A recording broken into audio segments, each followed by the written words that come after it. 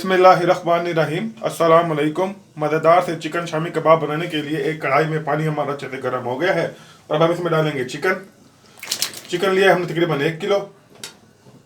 इसे अच्छे से मिक्स कर लेंगे और अब हम इसमें डालेंगे चने की दाल इसमें जाएगी तकरीबन 400 ग्राम।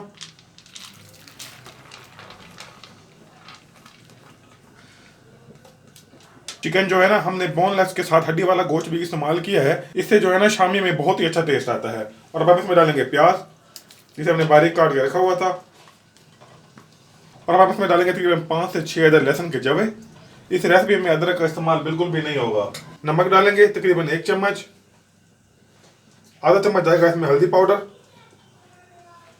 1 चम्मच खुश्क धनिया पाउडर, 1 चम्मच जाएगा इसमें कुटी हुई लाल मिर्च, 1/4 चम्मच जाएगा गरम मसाला पाउडर और आधा चम्मच इसमें जाएगा काली मिर्ची का पाउडर। और अब हम इसमें डालेंगे तकरीबन 1 चम्मच साबुत खुश्क धनिया और अब हम इसे अच्छे से मिक्स कर लेंगे और फ्लेम को थोड़ा तेज कर देंगे। पानी जो हमने इसमें लिया था वो तकरीबन 1 लीटर लिया था। और अब हम इसके ऊपर ढक्कन लगा देंगे और इसे अच्छे से पकने देंगे।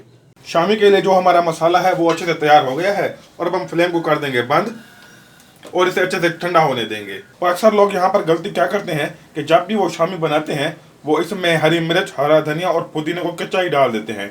उससे क्या होता है कि शामी 2 से 3 दिन के अंदर ही ख़राब होना शुरू हो जाती है।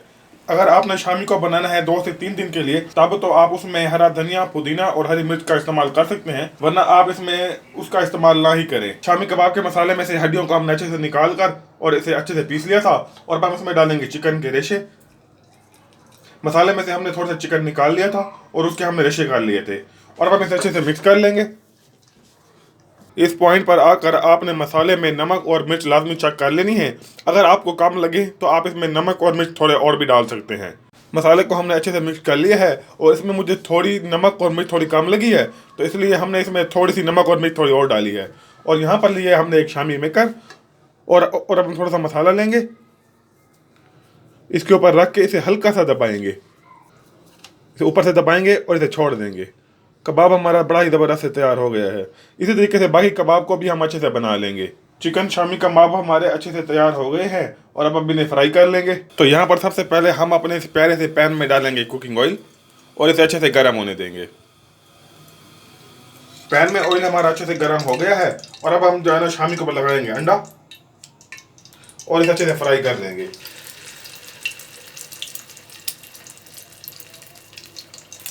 इसी तरीके से बाकी शामियों को भी हम अच्छे से फ्राई कर लेंगे।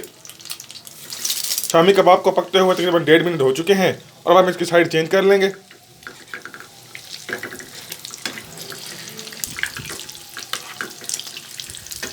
शामी कबाब हमारे अच्छे से तैयार हो गए हैं और अब हम फ्लेम को कर देंगे बंद और अब हम कबाब को निकाल कर एक प्लेट में रख देंगे।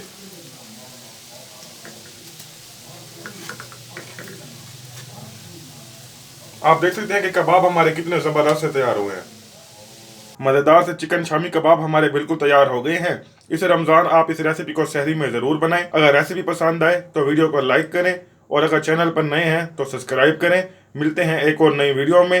अल्लाह हाफिज़।